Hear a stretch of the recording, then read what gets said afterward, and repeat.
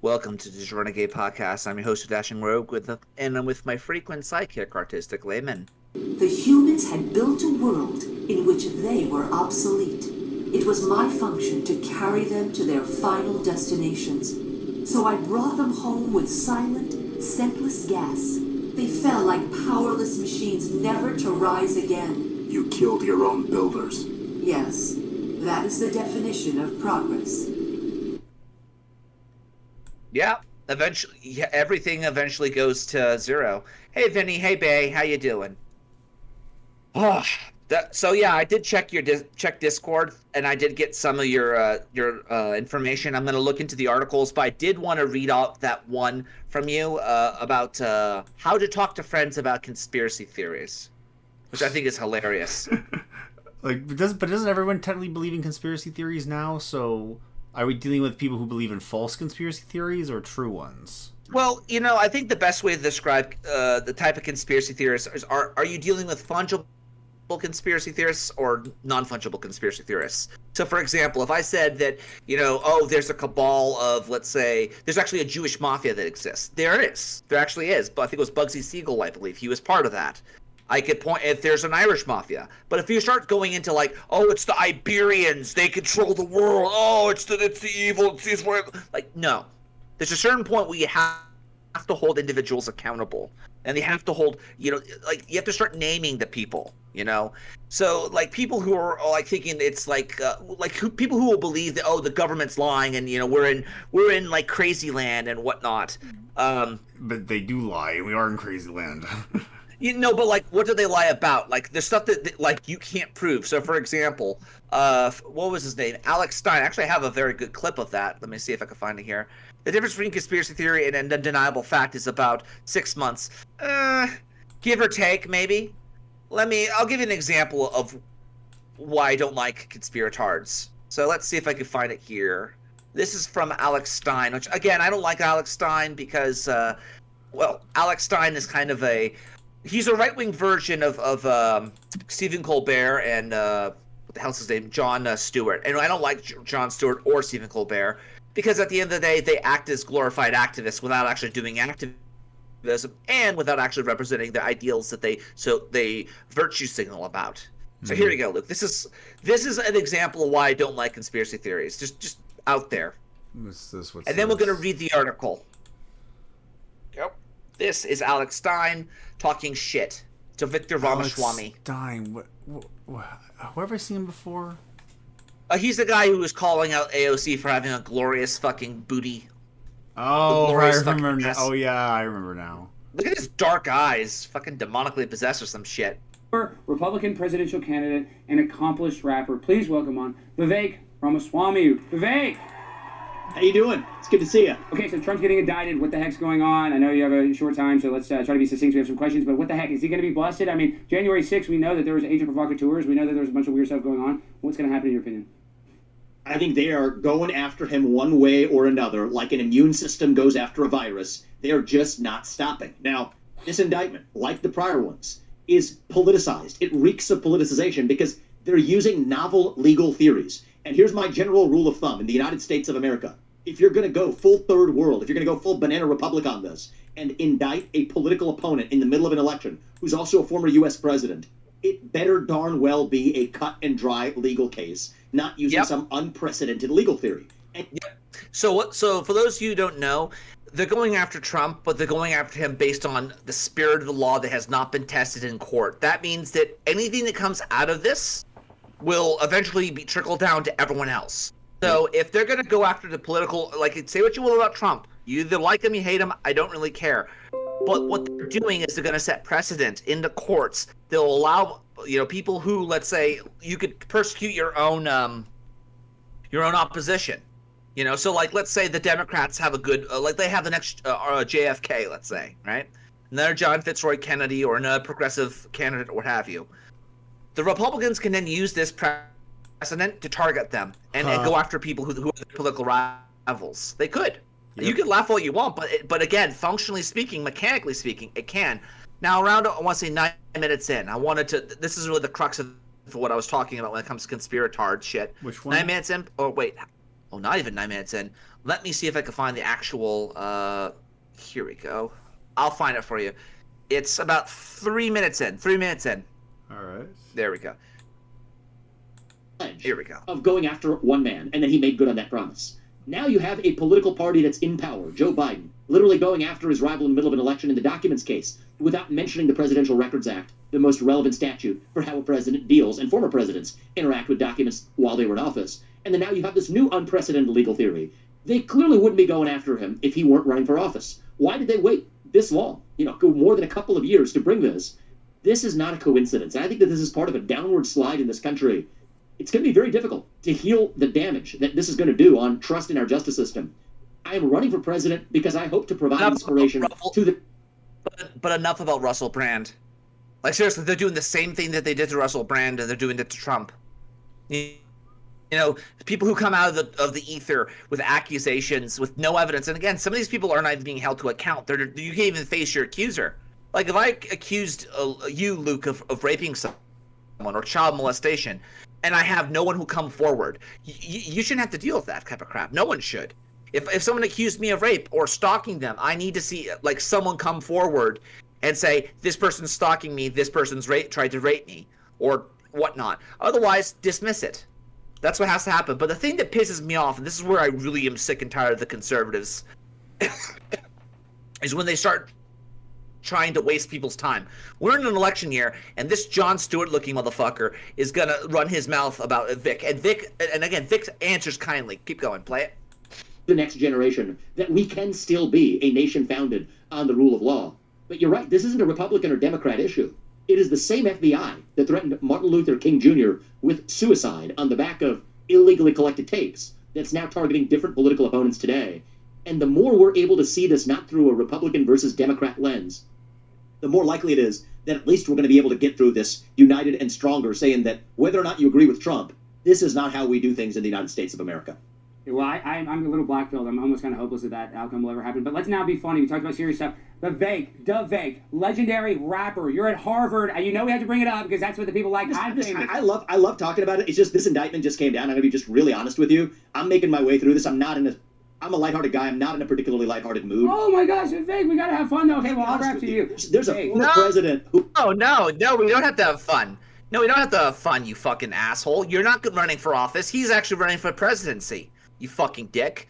And instead of actually, using the time and the platform accordingly, he wants to talk about conspiracy shit like fucking the moon landing and 9/11 and crap like that. Which again, again, there's a time and place for that. This is not that time and this is not that place. And Vic puts him in his place. Keep playing it, Luke.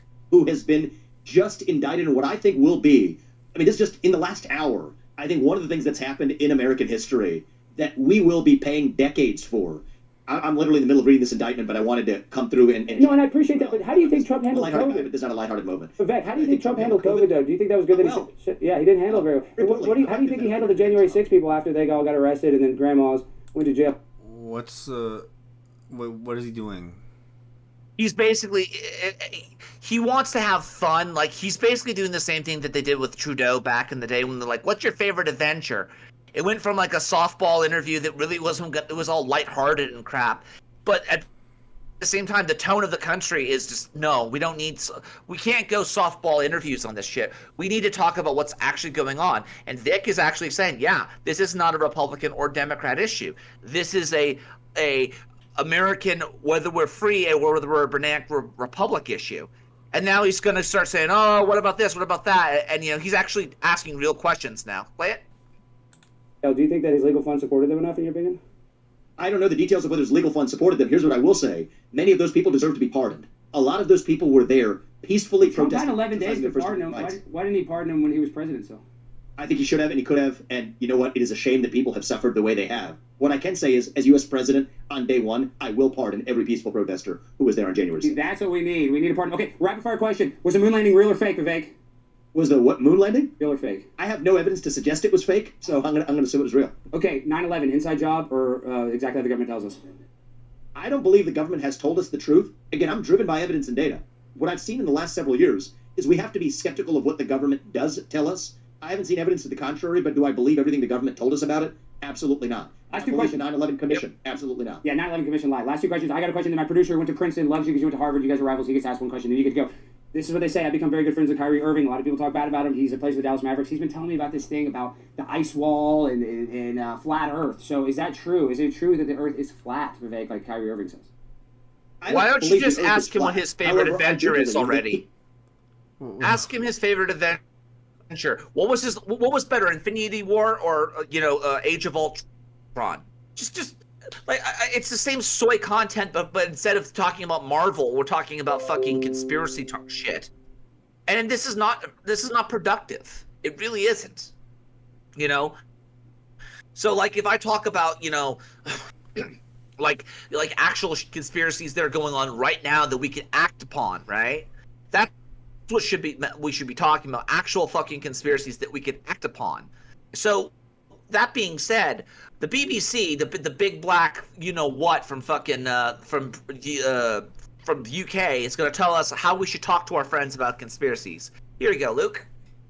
You could read this off with your chat voice. Oh. There we go. How do you talk to friends and relatives about who believe in conspiracies? This will be fun. This will be fun. So we're gonna start with one. Keep calm. Number one, or should I just skip the number one? Number one. Keep calm. So how do you talk to people, conspiracy theorists, without ruining Christmas? Of course, it's a holiday thing.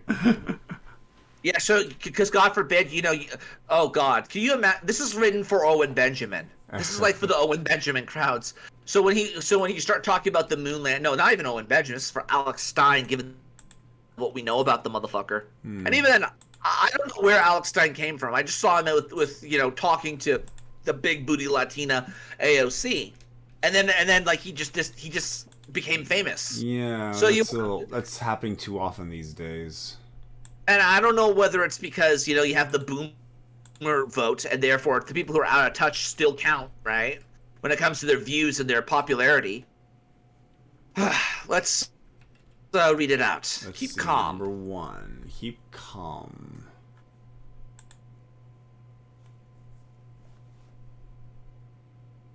One, keep calm. While it's important to confront falsehoods, it's never useful if things end up in a flaming row. My number one rule would be to not spoil Christmas, says Mick West, author of Escaping the Rabbit Hole. An angry, heated conversation will leave everyone feeling rubbish and further cement conspiracy beliefs. Psychologist Jovan Byford, a lecturer at the Open University, notes that conspiracy theories often have a strong emotional dimension. They are not just about right and wrong, he says, but underpinned by feelings of resentment, anger, and indignation over how the world works. And they've boomed this year, with many searching for grand explanations for the pandemic, American politics, and huge world events. Catherine from the Isle of Wight understands that better than most. The 38-year-old used to be a big believer in conspiracies about vaccines being used to deliberately harm people. She's since rejected by the way, such claims. I condone that. I condone that. I don't. Again, for the record, YouTube, Wojcicki, I disavow. Let me just say that. I won't say what I disavow. I just have to disavow. Now, Bay says Stein has got his break from what was it? From shouting at those teachers during the meeting. Yeah, but that was before that. That was like after the whole big booty Latina thing. And even then, like the stuff that he was doing with that again, it wasn't the way it was being framed is, oh, this is a wonderful day for freedom of speech. I'm like, no, this is a wonderful day for frickin' Alex Stein. This is a wonderful, like, he's gonna get away with this for free. But now all those people who believe this shit, the wallets come down. There's no dialogue. They're not interested in it because now Alex Stein is the face of everything. This is why I hate activists. Let's go to number 2 so that way we don't frickin', push our luck. Don't be dismissive. Aww. That's kind of interesting. Let's see. Don't be dismissive. Approach conversations with friends. Let's try this one.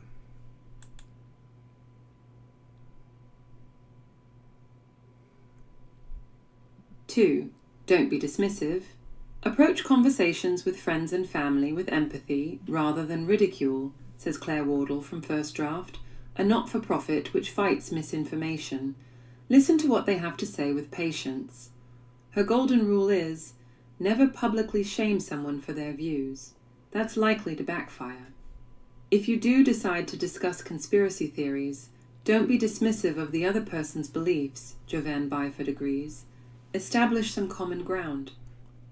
Remember that people often believe conspiracy theories because deep down, they're worried or anxious. Try to understand those feelings, particularly in a year like the one we've just had. It's like in that movie Doctor Strangelove when Manfred was trying to talk to the Colonel about like, where did you come to these ideas about fluorination in the water and all that crap, right? He's like, oh, I was in the middle of a moment of making love. I felt a deep, pronounced emptiness, and then I focused on these ideas, and I came to the conclusion that they are trying to poison my essence. And that's why I drink fluorinated water, distilled water, which I'm just drinking right now, by the way. Just point that out. Because it tastes better, doesn't it, Luke? It does taste better. It tastes fucking fresh, doesn't it? Mm-hmm. It's fresh as fuck. It doesn't taste like that shitty fucking tap water. Let's see. Encourage critical thinking, number 3. Number 3. I'll read it since I want to get this out. People who believe in conspiracy theories often do say, "I do my own research." The problem with that is their research tends to consist of watching fringe YouTube videos, following random people on Facebook, and cherry-picking evidence from biased Twitter accounts. Now, let me say something about that. It's just me talking right now.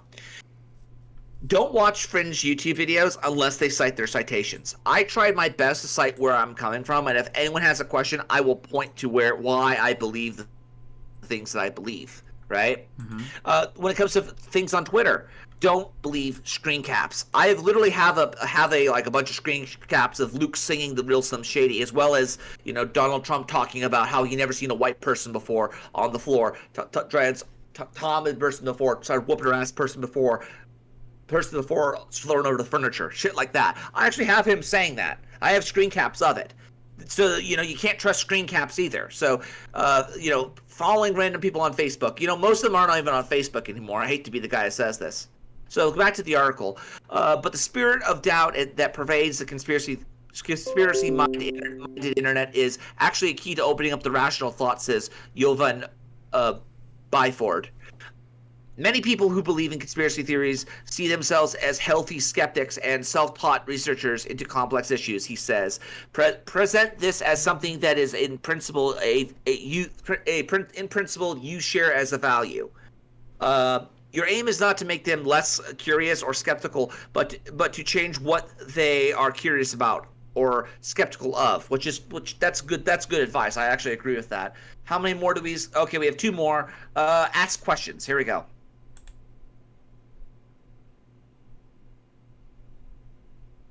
Asking questions. 4. Ask questions. Fact-checking is important, but it's often not the right approach when someone passionately believes in conspiracies. Questions are much more effective than assertions, experts say. Focusing on the tactics and techniques used by people pushing disinformation is a more effective way of addressing these conversations than trying to debunk the information, Claire Wardle says. Yeah, Think don't of general queries that don't debunk stuff. You never want to be the guy who debunks stuff. Don't be a debunker, because that's as much as I don't like that meme, it kind of does ring true. So, like, here's one for you. Here's a conspiratard take for you from fucking Tucky Carlson, who again. He says, criticize the drug companies, question the war in Ukraine, and you can be pretty sure this is going to happen to you, even though they've been fucking with Russell Brand since 2019. They've been still fucking with him. Which, by the way, Russ, you get yourself a follow now. Here you go. Play this, Luke, because this actually is something in the news that was as of late. See What's Go. this? Usual type of video we make on this channel where we critique, attack, and undermine the news in all its corruption, because in this story, I am the news. I've received 2 extremely disturbing letters, or a letter and an email, one from a mainstream media TV company, one from a newspaper, listing a litany of extremely egregious and aggressive attacks, as well as some pretty stupid stuff, like my community festival should be stopped, that I shouldn't be able to attack mainstream media narratives on this channel. But amidst this litany of astonishing, rather baroque attacks are some very serious allegations that I absolutely refute. These allegations pertain to the time when I was working in the mainstream, when I was in the newspapers all the time, when I was in the movies, and as I've written about extensively in my books, I was... And for all extensive purposes, he still fucking is. I mean, as much as people want to say, oh, alternative media is Joe Rogan. No, it's not. Joe Rogan literally was on fucking TV. If you've been on TV or on mainstream media, any form of mainstream media, you are not the resistance. You are literally just a alternative mainstream media, if that makes any sense. So, Russell Brand is alternative mainstream media, just like Tim Pool and Alex Jones and Joe Rogan. Yeah, Seth Rogen would actually be better than Joe Rogan. I can imagine that shit. Keep going. Oh, for the list? Or yeah, here we go. For the list. Very promiscuous. Now, during that time of promiscuity, the relationships I had were absolutely always consensual. I was always transparent about that then, almost too transparent. And I'm being transparent about it now as well. And to see that transparency metastasized into something criminal that I absolutely deny makes me question, is there another agenda at play? Particularly when we've seen coordinated media attacks before, like with Joe Rogan, when he dared to take a medicine that the mainstream media didn't approve of, and we saw a spate of headlines from media outlets across the... Calm down. You're getting me really... I'm cruising close to the sun, mate. Just saying. But yeah, I mean, honestly, I think a lot of this is just the media agencies buying their own hype. I really do believe these guys are buying their own hype, and you should not be the guy who buys your own hype in that regard. So, besides, we're going to move on from that. Bay says, Winding Goons videos on the deaths of JFK and MLK are very good. Fully endorse them. I will look into that, because I again, my job hunt, Luke, I guess I should give you guys, a life update before we continue as a transition. I'm still unemployed. I've been unemployed for about, I'd say about 2 weeks, I'd say now. I am trying my hardest to get access to unemployment, but because you jump from one state to another, it's kind of hard to get that. But I have an interview tomorrow, and it just so happens that I have a back issue right now, and I kind of feel like I have a pinched nerve. So as much as I want to go, fence with you today, Luke, I can't. What is interesting is when I'm on the treadmill, back doesn't hurt anymore. When I'm actually working out, it doesn't hurt. I don't know what it is. Maybe it's just, I have to start actually working out more, so to speak. So we're going to move on to something a bit more, here we go. Here's something we can talk about. Alrighty, here we go. This is Michael Knowles. Oh, what happened? So one of the things that is very interesting to me, that I find interesting, is that Michael Knowles really is basically doing the James Lindsay route of going after the Gnostic nature worship shit. Now, here's what he's saying. The title is Apple CEO worships Mother Nature, when in reality it literally is just more like a skit. And then they're taking away this idea that, Apple's trying to channel Mother Nature, or Tim Cook's trying to channel Mother Nature to say that, what does Mother Nature really cared about our products and how we're so green and whatnot. Play it, Luke. Speed it up, by the way. Biggest company in the world has just had its big annual Apple event where we're unveiling the new products and the new technologies. And Tim Cook did this by opening the show with a skit that he had filmed in which he's accountable to Mother Earth. Mother Nature, welcome to Apple. How is the weather getting in? She's gained a little bit of weight since Captain Planet, don't you think? That's Mama. That's the psychotic woman who let the teens play her house so she could take them. That's Mama? Yeah, I think so. What is that from? Mama, that's what it's called. Is that horror film? Yeah. That's Mama. Oh boy, that's... I don't know. I was thinking what Tourette's guy said. Big black woman with big tits, you can't miss her. The weather was however I wanted it to be. Let's cut to the chase. In 2020, you promised to bring Apple's entire carbon footprint to 0 by 2030. Yeah, that was an ESG lie. Oh, I hate these people. You know, the fucking fruit company... Like, again, some of the shit that they put out there is so wasteful. Like, look at the fucking, like, the aluminum freaking laptops. They have to, they waste so much when it comes to their technology and their chassis that they use for their machines. They're overpriced Fisher-Price toys, as Mudahar would say. But you know, one of the only claim to fame is, oh, narcissistic supply by trying to save the planet, so Mama over here can actually, you know, feel good about herself. Because she's large and in charge, don't you know? Mm-hmm. Keep playing. Henry David Thoreau over here said we have a profound opportunity to build a more sustainable future for the planet we share. I think our 10 o'clock's at the same time. They all do. All right. This is my 3rd corporate responsibility gig today, so who wants to disappoint me first? Well, we've got some updates we are excited to share with you. Materials, status. Is there a materials person here? Yes, we are in the process of eliminating all plastic from our packaging by the end. Let me guess. 50 years from now when someone else is left holding the H1B. H1B, go away. Don't talk shit to me. And you can't even clean. You don't even have indoor plumbing, so shut the fuck up. No one cares what you think. Keep going. By the end of next year, actually. Oh wow, and it goes on and on and on. We'll cut it off there. I can't. This is Exhibit 375,000. That our civilization is returning to a pagan kind of public religion. This is just the opposite of Christianity. Tim Cook is sitting there, and he's going to be accountable to that higher power that rules over him. And what is that higher power? Is that higher power God? No, it's a nature spirit.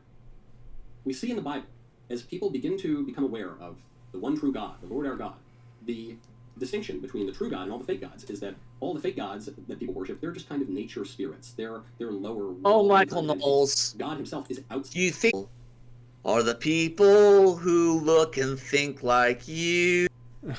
But if you walk the footsteps of a stranger, you'll learn things you never knew you never knew. I'm serious. Like, it's just... Again, that's what he got from it. Like, don't get me wrong. Like, I'm more concerned about the freaking Ukrainians, the Ukrainian presentation at Burning Man. Do you know about that, Luke? Mm-hmm. Oh, you know about that? The Ukrainian Phoenix? Yeah. Apparently, when Burning Man, before Burning Man got a flood this year, someone from Ukraine decided to bring a big box, and when it was set on fire, a phoenix emerged out of it. Yeah, like it's let's see if I can find it. Ukrainian phoenix. And to top it all off, there were loud sirens, like bombing alert sirens, as if they were in the middle of the war zone. Yeah, because that's exactly what you want to hear when you're tripping acid in the fucking middle of the desert. Fucking bomb sirens. Fortunately, they were just flooded in and had to get stuck in caked mud. As a result, so nothing too horrible. Here you go. Here's an example of it. Here you go. Play that. Here we go. Yeah. This is more of a fucking pagan spirit shit. Culture will help us to survive. War is a disaster. War is obstacle that we need to react. I don't think that we have another option. We just need to act. It's a matter of survival.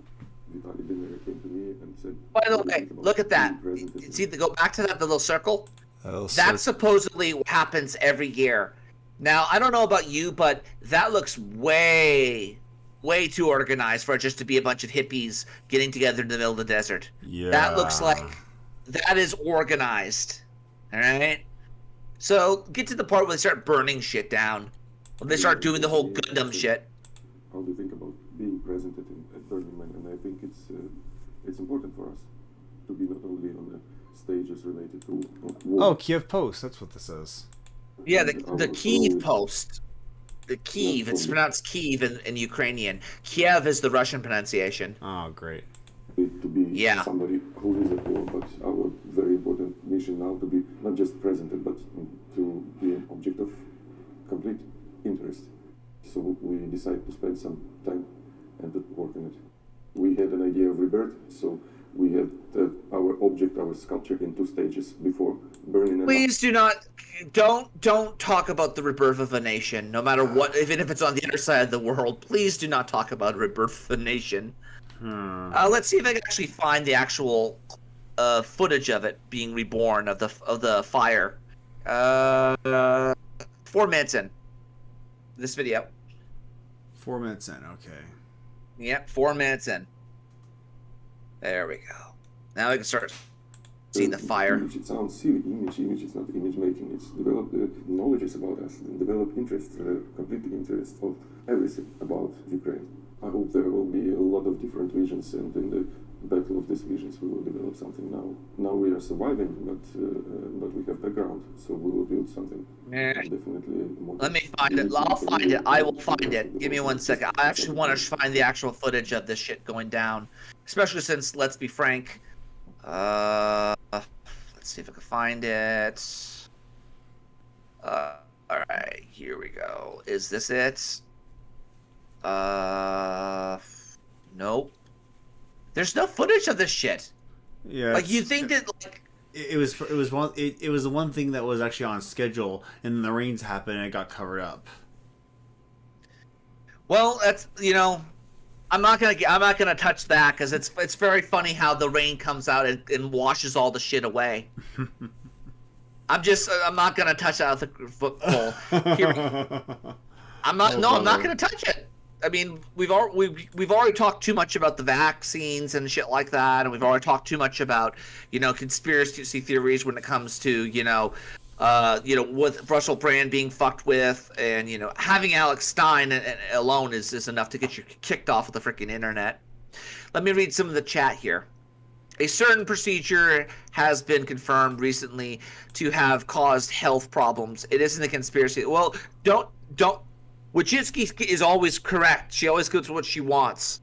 Bea Ray says, hot shower on area of pain might help dashing. I actually have my landlady, my landlord and whatnot. We have a hot tub that I go and dip in, and it does help. But sleeping on my back instead of that shitty mattress actually helps a hell of a lot more. Your core needs more support. Your spine is getting out of alignment. Discomfort.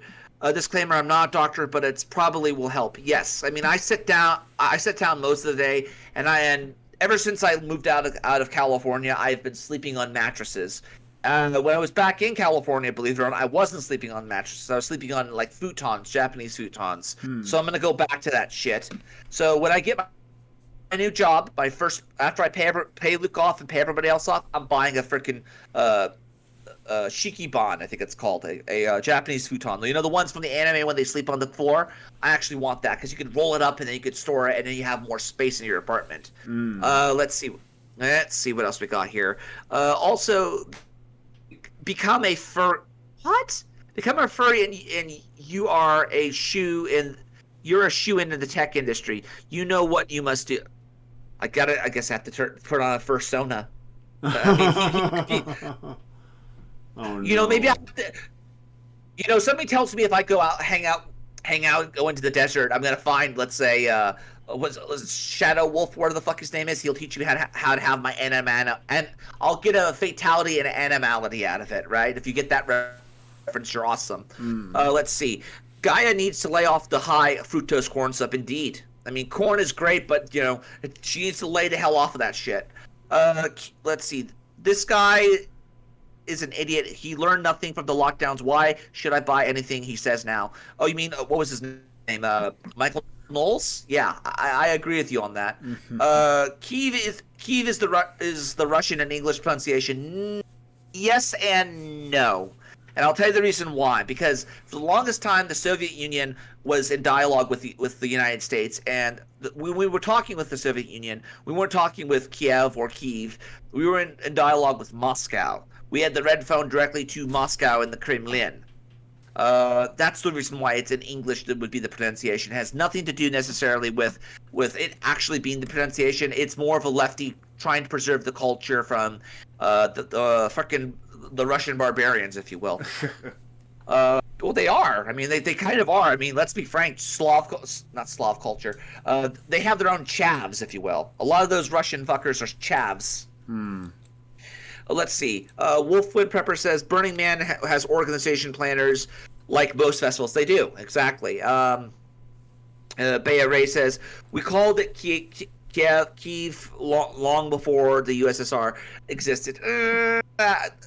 I don't know who we is. I mean, I mean, most people, like, what's the old saying? Most people can't even point to Ukraine on the map. I could, because I play Call of Duty. All right? Let's get on to something else now. Okay, Dashing's wager. So, one of the things I talk about a lot is why we don't care, so we don't really focus on the end of the world so much. And again, I don't know what. I'll have to see examples of that, Bea. I'd have to actually see people of that. That's gonna be hard to do even. I'd have to look at like a 1950s documentary or something like that where people will say Kiev or Kyiv or what have you. And even then, if it's in the context of the Soviet Union, it can't be within the context of the Soviet Union. I know my demand for proof in this regard is very, very high, but at the same time, most of the recorded history, the Soviet Union has been around. Okay, so it's very hard. It's going to be hard to find data in that regard, and you could read something, but you can't pronounce it a certain way. That's the issue, right? So, do you know what Pascal's wager is, Luke? Let's see if I recall correctly. It's a dilemma about whether God exists or doesn't exist, and what the implications are about that way. But basically, it's the choices you make in terms of what actually turns to be true is part of the wager, or part of the. It's arguing whether or not is there a benefit at all for believing that there's a God, or doesn't if you don't believe in a God. It's the idea that if you don't believe, the damage that would happen to you is worse than if you do believe. So believing in itself is actually better for you. It's a better outcome, if you will. So here you go, Luke. My wager is it's better to assume that we're not in the end of the world. This is not the end of the days, than assuming it is the end of days. Why? Well, we know what happens at the end of days. Every knee shall bow and every tongue shall confess that Jesus Christ is the Lord and Savior. Right? So I'm willing to admit that. I will flat out admit that, but I will still rage against the growing darkness, if you will. And I don't believe that we are in the end times, and I think that there's no benefit to saying that we are. So my wager, Dashing's wager, is we should focus on we're not the end of the world, and be willing to eat crow when it does happen. And there's no benefit of there's no benefit eating crow just immediately. I guess what I'm trying to get across here. But besides that, here's another video for you. This is somebody who creeped into my DMs. By the way, go subscribe to FoulPlayer of Brooklyn.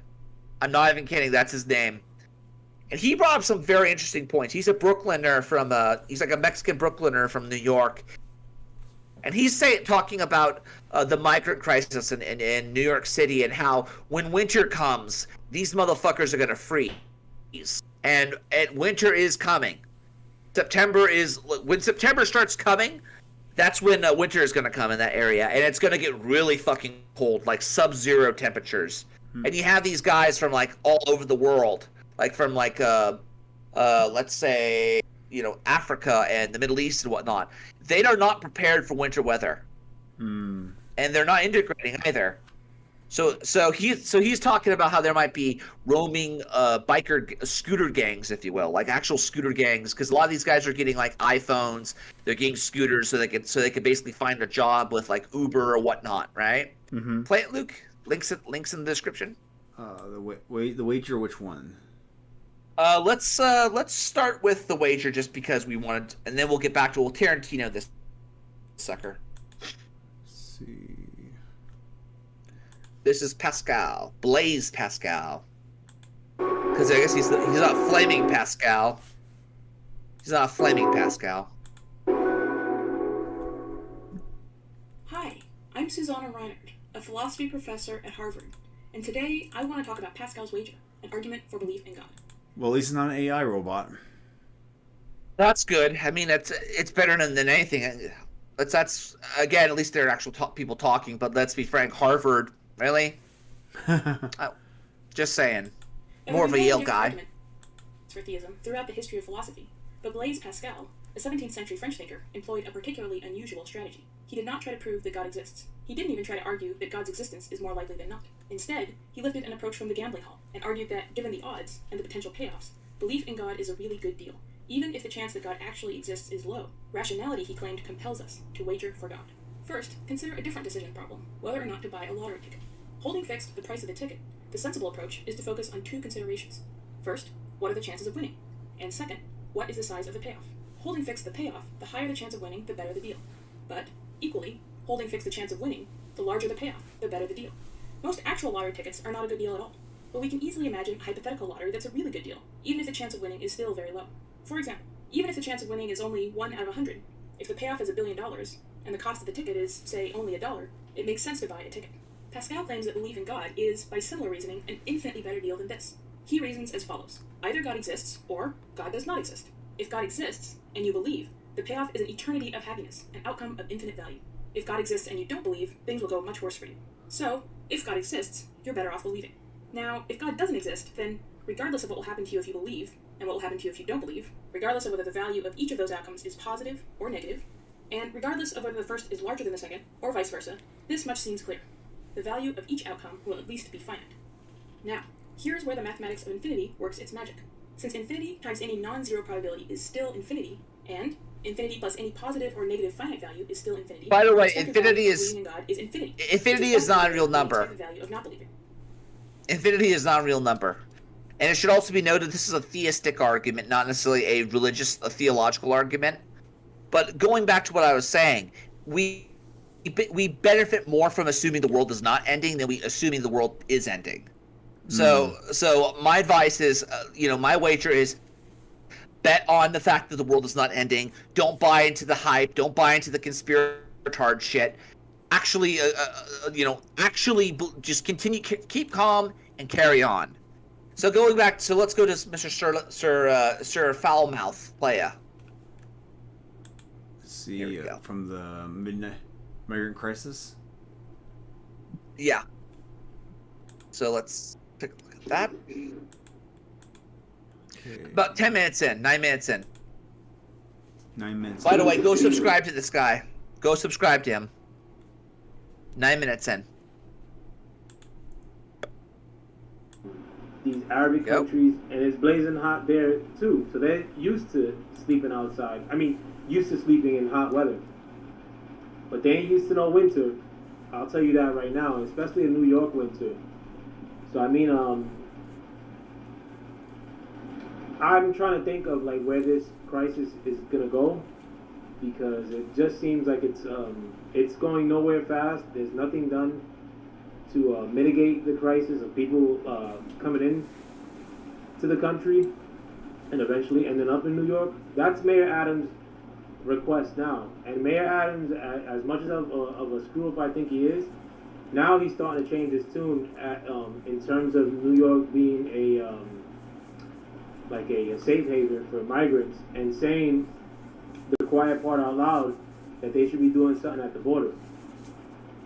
Which they should. I don't want to, even though I don't.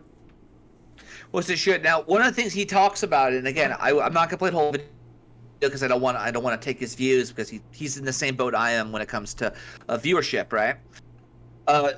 He's correct. I think that when winter comes and there's not enough, and these migrants who are coming in, they're increasing the percentage of Manhattan's population by 2% almost every fucking month almost.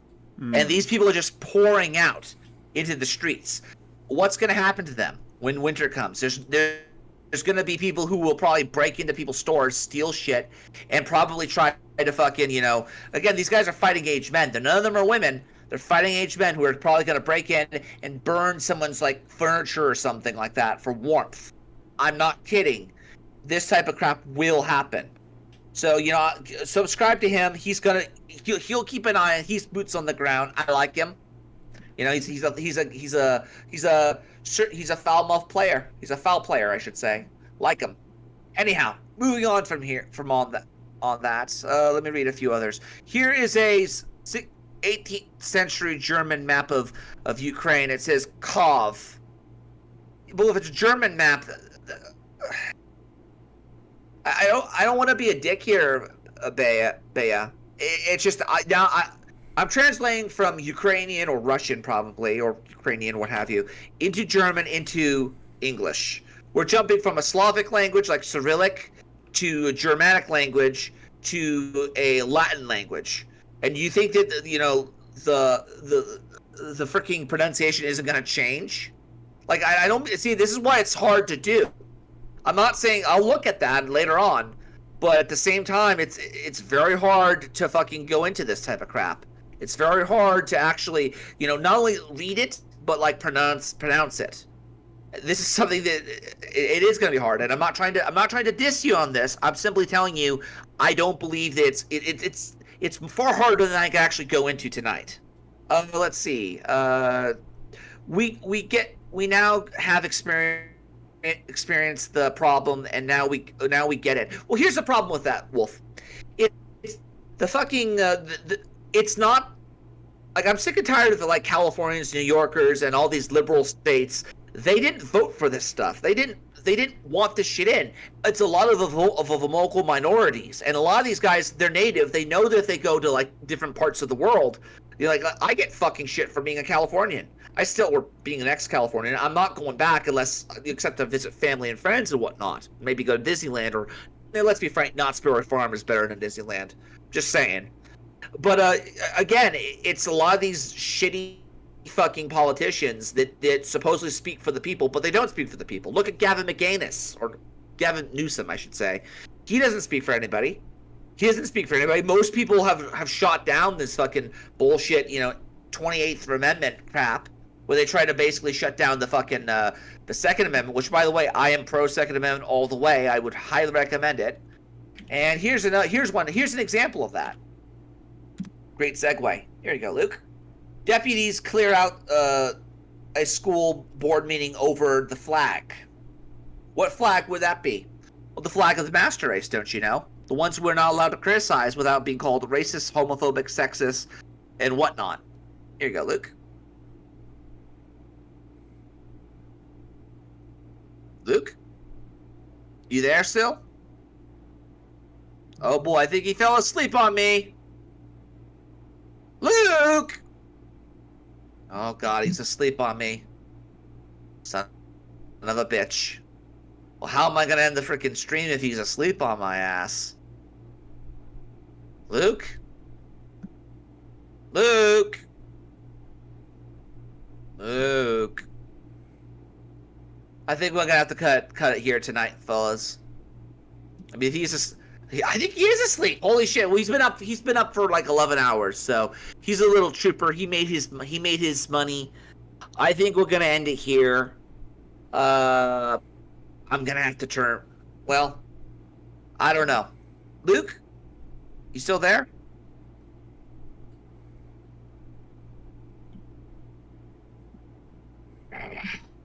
He's been up for 11 hours. Gotta give him a little bit of credit. All right, Luke. I'm gonna end the stream. Sorry, man. Sorry, ladies and gentlemen. My AV guy has kind of burnt out. It's all good. I will find a way to stop streaming, and yeah. Anyhow, ladies and gentlemen, be good to one another. Take care of one another. Remember, saving the West is a side quest. This is the Renegade Podcast, out.